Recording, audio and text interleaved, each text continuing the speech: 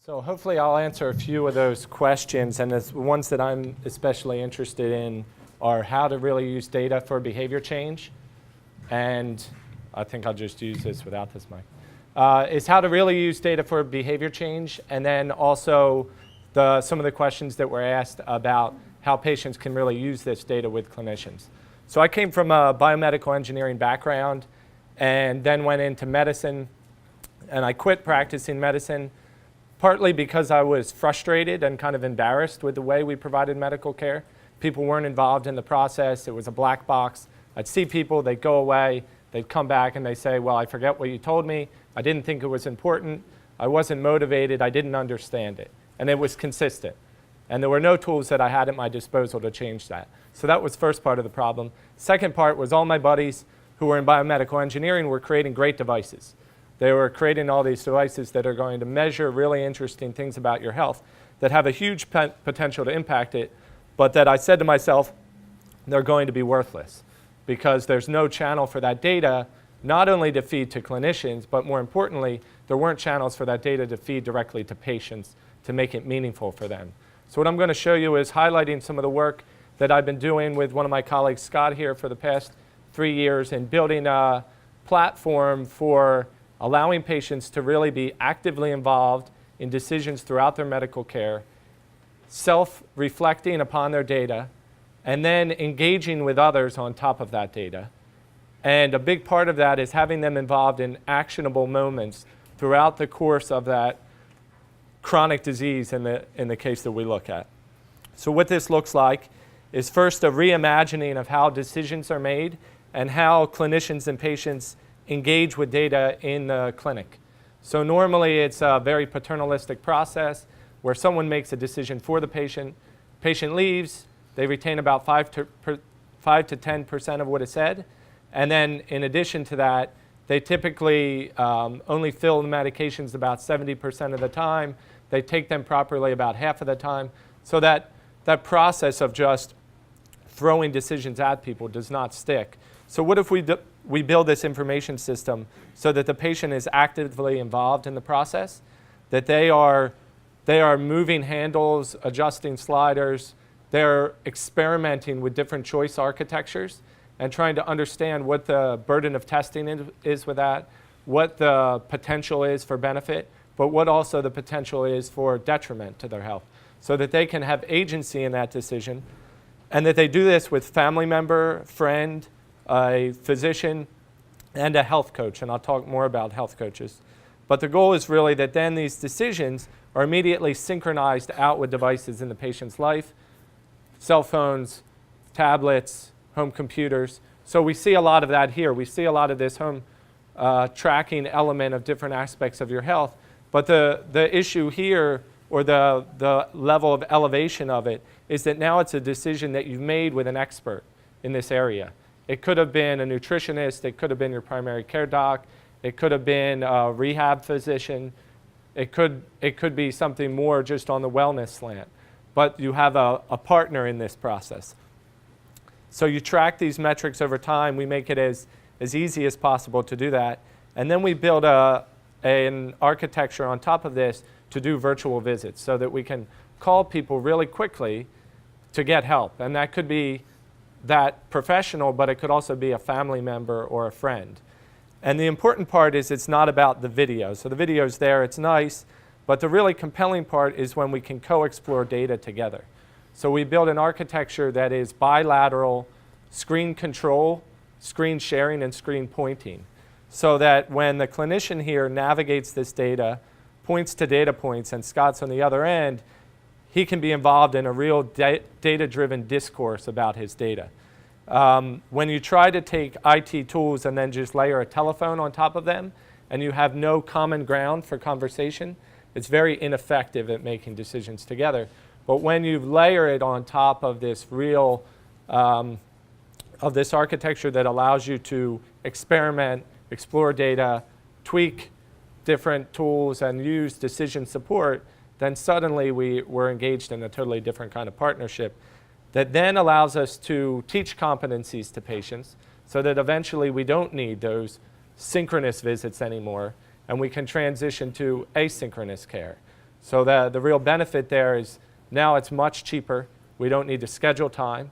It fits a lot easier into people's lives. And what that looks like is those same workflows just being sent over quickly to the patient. This is not me video conferencing with this patient, but instead I've sent a quick message of positive reinforcement saying, you did a great job in reaching that goal that we set together. Keep up the good work. And the psychology of that experience is very powerful. And then the last bit that we get out of this platform is the ability to use awareness and other aspects of the system. So this app here, when on a tablet and you dock it, it comes up and is there all the time. So family members or friends who might be involved as partners with you in tracking and managing your disease, as they walk by, they see the data as well. And it doesn't take a voluntary act of going and launching an app and going and digging in because you were really interested in it. Instead, it's just there in passing.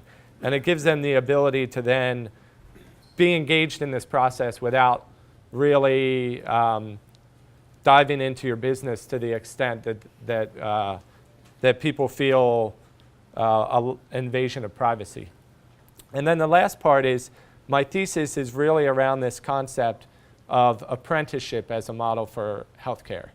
So chronic disease management, as I mentioned, is usually paternalistic, but even in its best state, when clinicians or others are really engaged in helping people tackle their problems, its best state is just about this one given problem getting a solution.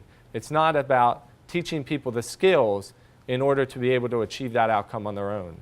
So when we have tools like this, what we can gradually do is the first time we make a decision, the clinician might walk the patient through that process, articulate their thinking, and then gradually allow the patient to start making that decision to the point that they're independent. Well, suddenly that patient becomes a master in managing this process as well, and they can start teaching other patients. So what we can start to do is build an exponentially scaling health ecosystem, as opposed to our typical linear scaling healthcare system that can't keep up and it costs an extraordinary amount of money. Now we really allow people to get engaged in this process. And that's what this last bit of the video is about that. And I'm going to take just about 2 more minutes to tell you a few more things. So I mentioned that my work delves into these areas of health psychology and learning science. The idea here is that health behavior change is quite complex, and it's not just about the self-reflection on the data. It's also about really understanding and developing motivation, and also having social support and social accountability. And some of the other technology techniques that we use to foster this are things like simulation. So this is simulation for an HIV patient. It shows the number of HIV viruses in that person's blood, proportional to the last lab test that they had. The larger cells are T cells, part of the immune system that gets attacked by HIV. Again, we just show them the number. Seems simple. Normally what's done is you see it on a chart and you see this number 5,283. Doesn't make any sense to people. Just show it to them. If we were to look microscopically at a drop of their blood, what does it look like? And then the piece that's the most important part of this is the fact that you need something actionable on a daily or close to daily basis that is going to affect change in this simulation. That's how you need to engage people. They need to be part of some decision that happens on a regular basis. So in this case, we project this person's medication adherence onto this simulation. And what you'll see is right now the viruses are still, and they're a threat, but they're not attacking those T cells that are floating around. And we go to a chart here that shows an actual estimate of the blood concentration of the medication. And this patient misses one medication, they see that concentration fall, and they immediately see it translated here and getting attacked by a virus.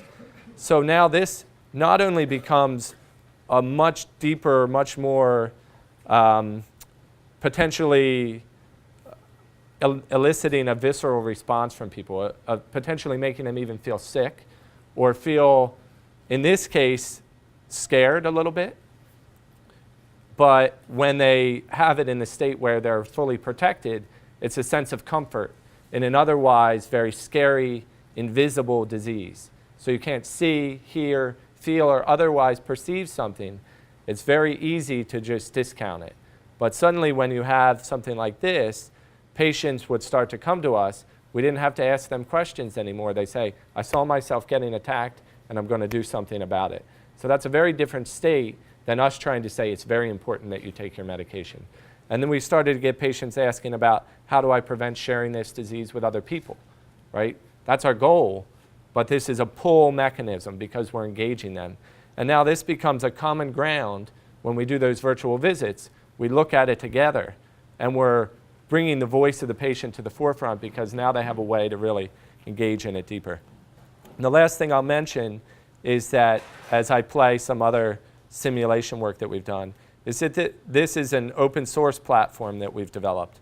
And the purpose of making it open source is there are really thousands or millions of different studies that can be performed in this model of patient care.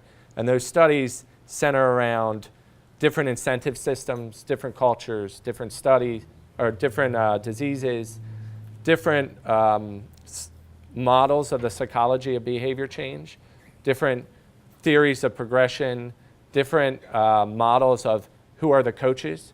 Are they clinicians? Are they peer coaches? Are they family members? And also we wanted to make it open source because we know many people like you are doing work in this area, and unfortunately most efforts are completely fragmented. But if there's a common layer underneath this that people can benefit from and build on top of, hopefully this area of quantified self can get out of the realm of just being fragmented individual projects that are disconnected from the actual healthcare delivery system and other interventions to being something that's really connected throughout the whole ecosystem. And then you have your choice of how you want to engage in that. So thanks very much.